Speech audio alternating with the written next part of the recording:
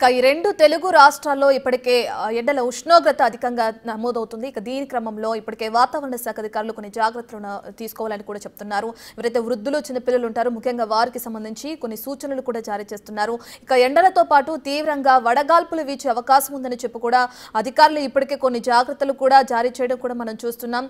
కొన్ని హెచ్చరికలు జారీ చేసిన నేపథ్యంలో ప్రతి ఒక్కరూ జాగ్రత్తగా ఉండాలని కూడా చెప్తున్నారు. అయితే ప్రస్తుతం మనం చూస్తున్నాం గుంటూరు జిల్లాలో ఏ విధంగా ఉంది ఎండలు, అలాగే ఉష్ణోగ్రత ఎంతవరకు నమోదవుతుంది. మనం చూస్తే ఇది మార్చ్ ఫస్ట్ వారంలోనే ఈ విధంగా ఉంటే ఇక ఏప్రిల్ మేలో ఏ విధంగా ఉంటుందని చెప్పి కూడా అక్కడున్న ప్రజలు ఆందోళన వ్యక్తం చేయడం కూడా మనకు తెలుస్తుంది. గుంటూరులో ప్రస్తుత పరిస్థితి ఏ విధంగా ఉందనే డీటెయిల్స్ అందించడానికి మా ప్రతినిధి సాయి శంకర్ అందుబాటులో ఉన్నారు. రైట్ సాయి శంకర్, డీటెయిల్స్ ఏ విధంగా ఉన్నాయి? అయితే అధికారులు అక్కడేమైనా ఒక టోల్ ఫ్రీ నంబర్ కానీ అంటే వడగాల్పులు ఉష్ణోగ్రతలు ఎక్కువగా ఉంటాయని హెచ్చరిక జారీ చేసిన నేపథ్యంలో ఈ టోల్ ఫ్రీ నంబర్లు ఏమైనా యాడ్ చేయడం జరిగిందా, దాన్ని ఎవరైనా సంప్రదించవచ్చు అనే డీటెయిల్స్ ఏమైనా తెలపడం జరిగిందంటారా?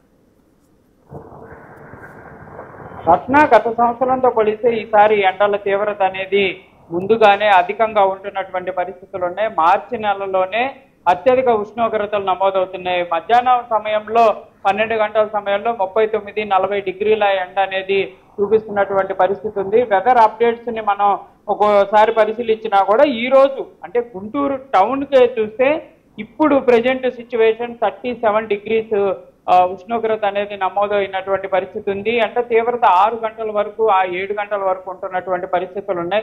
7 గంటలైనా కూడా రాత్రి అనిపిస్తున్నటువంటి పరిస్థితులు. దాంతోపాటు ఉదయం 6 గంటల నుంచే ఎండ కూడా మొదలవుతున్నటువంటి పరిస్థితులు అయితే గుంటూరు జిల్లాలోనే. గుంటూరు జిల్లా అంటే ఉమ్మడి గుంటూరు జిల్లా ప్రస్తుతం పల్నాడు జిల్లాలో ఉన్నటువంటి రంటచెంతల తెలుగు రాష్ట్రాల్లోనే అత్యధికంగా ఉష్ణోగ్రతలు నమోదయ్యేటటువంటి ప్రాంతాల్లో ఒకటిగా ఉన్నటువంటి ప్రాంతంలో ప్రస్తుతం 40 డిగ్రీల పైచిలుకు అయితే రంటచెంతల ప్రాంతాల్లో ఎండల తీవ్రత అనేది ఉంటున్నటువంటి పరిస్థితులు ఉన్నాయి. ప్రస్తుతానికి అధికారులు అయితే అందరినీ అప్రమత్తం చేస్తున్నటువంటి పరిస్థితులు ఉన్నాయి. ఎందుకంటే ప్రస్తుతం ఇంటర్మీడియట్ పరీక్షలకు సంబంధించి పిల్లలు ఎగ్జామ్కి వచ్చేటటువంటి సమయంలో కానీ వెళ్ళేటటువంటి సమయంలో కానీ ఎండకు సంబంధించినటువంటి ఇబ్బందికి గురవకుండా కూడా జాగ్రత్తలు తీసుకోవాలనే విధంగా చెప్తున్నారు.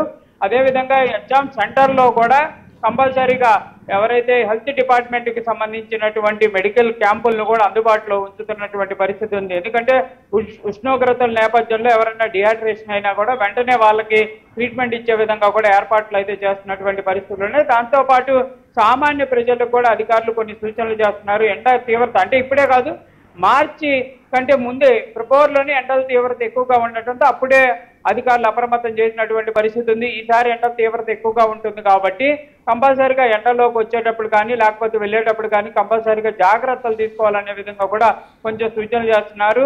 అదేవిధంగా డిహైడ్రేషన్ అవ్వకుండా ఉండాలంటే ఎక్కువగా వాటర్ కంటెంట్ తీసుకోవాలంటూ కూడా డాక్టర్లు అయితే సూచనలు చేస్తున్నటువంటి పరిస్థితి ఉంది. గుంటూరు జిల్లా వ్యాప్తంగా గత సంవత్సరం ఎన్నికల్లో ఒకసారి గత సంవత్సరంలో ఏదైతే ఎండలకు సంబంధించినటువంటి మన ఉష్ణోగ్రతలను పరిశీలిస్తే 46 డిగ్రీల వరకు అత్యధిక ఉష్ణోగ్రత నమోదైనటువంటి పరిస్థితులు ఉన్నాయి. ప్రస్తుతం ఈ ఎండ తీవ్రత అనేది కూడా ప్రస్తుతం అదే ఎండ తీవ్రత అయితే కొనసాగేటటువంటి అవకాశాలు కూడా స్పష్టంగా కనిపిస్తున్నాయి. ఇప్పుడే 40 డిగ్రీలు ఉందంటే కంపల్సరీగా మార్చి పార్ట్ దాటిన తర్వాత ఈ తీవ్రత పెరిగే అవకాశాలు ఉంటాయి. ఏప్రిల్ నెలలో మరింత ఉండేటటువంటి అవకాశాలు ఉన్నాయి అనే విధంగా కూడా అధికారులు అంచనా వేస్తున్నటువంటి పరిస్థితులు ఉన్నాయి. మరి ఈ ఎండ తీవ్రత తట్టుకోవడానికైతే ప్రభుత్వం అదేవిధంగా డాక్టర్లు చేస్తున్నటువంటి సూచనలు అయితే ప్రతి ఒక్కళ్ళు పాటించాలనే విధంగా చెప్తున్నారు. ప్రస్తుతం మనం కూడా చూడొచ్చు, సాయంత్రం 4 గంటలు అంటే 3 గంటలు దాటి 4 గంటల సమయం అవుతుంది.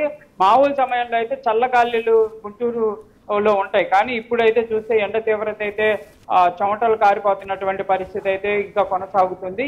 ఇదే పరిస్థితి సాయంత్రం వరకు రాత్రి వరకు కూడా అంటే 7 గంటల ప్రాంతం వరకు ఉష్ణోగ్రతలు ఉంటున్నాయి. సాయంత్రం సమయంలో మాత్రం అత్యధిక చలిగా ఉంటుంది. అంటే ఈ ఎండకి చలి అనేది కూడా ఒక రకంగా మనుషుల్ని అతలాకుతలం చేస్తున్నాయి. గతంలో చూస్తే ఎండ అన్నా కొనసాగేది, లేకపోతే చల్లన్నా ఉండేది, కానీ ఇప్పుడు రెండూ కూడా ఇబ్బంది పెడుతున్నటువంటి పరిస్థితులు ఉన్నాయి.